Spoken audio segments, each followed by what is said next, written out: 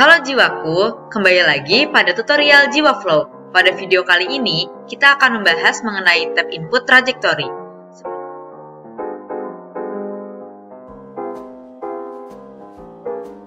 Sebelum lanjut ke tutorialnya, perlu diketahui apa itu trajectory data.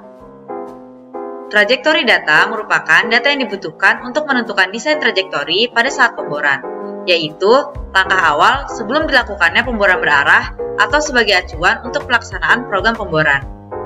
Dari penentuan azimut, sudut inklinasi, penentuan kick-off point, dan penentuan panjang total lintasan yang diprediksi dari perhitungan dan analisa formasi.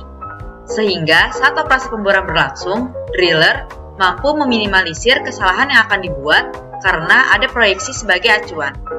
Data trajektori dari drilling juga bisa digunakan untuk simulasi evaluasi produksi ataupun simulasi produksi setelah drilling dilakukan untuk mempersiapkan peralatan surface. Pada GeoFlow ini sudah bisa mempertimbangkan sumur dengan pemboran berarah karena dapat memperhitungkan sudut inklinasinya.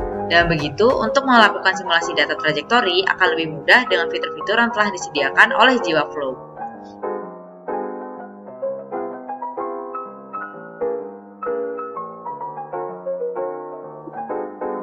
Pada tab input trajectory, input pertama yang dilakukan yaitu mengisi box description.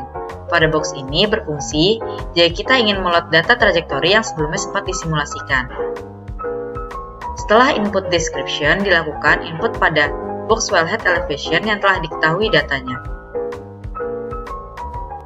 Wellhead elevation ini wajib diisi agar data yang ingin disimulasikan dapat di-running.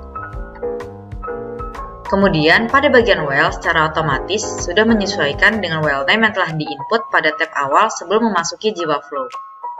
Begitu juga dengan case name. Jika kita menggunakan fitur load data pada input ini, juga akan otomatis menyesuaikan case name yang sudah diisi pada tab input project. Kemudian, sebelum menginput data MD, TVD, elevation, dan angle, untuk membuat kolom lebih dari satu, maka diperlukan untuk mengisi pada box row to generate. Pada bagian box ini juga dapat dengan cara diklik pada box bagian kanannya. Tetapi bisa juga dengan hanya mengcopy paste data dari Excel dan secara otomatis akan menyesuaikan kolom yang diperlukan. Data minimal yang harus diisi pada box ini adalah data MD dan angle, atau data MD dan TVD, ataupun data TVD dan angle. Selanjutnya, menginput data MD, TVD, elevation, dan angle sesuai dengan data yang ingin disimulasikan.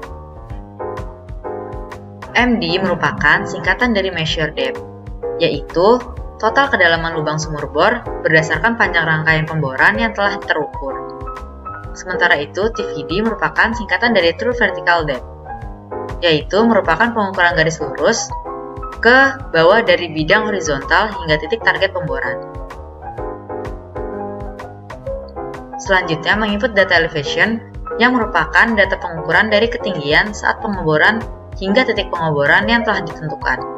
Namun, apabila data elevasi belum ditentukan atau belum diketahui, dapat mengklik check value yang secara otomatis akan terisi. Dan yang terakhir adalah angle, yang merupakan input suhu yang ingin disimulasikan. Data ini juga akan menyesuaikan secara otomatis apabila belum diketahui datanya. Kemudian yang terakhir, apabila data sudah diinput, dapat mengklik check value. Tetapi, apabila trajektori berasal dari data drilling, tidak perlu untuk mengklik check value karena pembulatan yang sebelumnya telah dilakukan pada data drilling akan berpengaruh pada perhitungan GeoFlow. Nah, sekian dari penjelasan tutorial tab input trajektori pada GeoFlow Modeling. Untuk tahu tutorial secara menyeluruh, tonton tutorial selanjutnya mengenai fit zone, casing, dan auxiliary hanya di Jiwa Learning.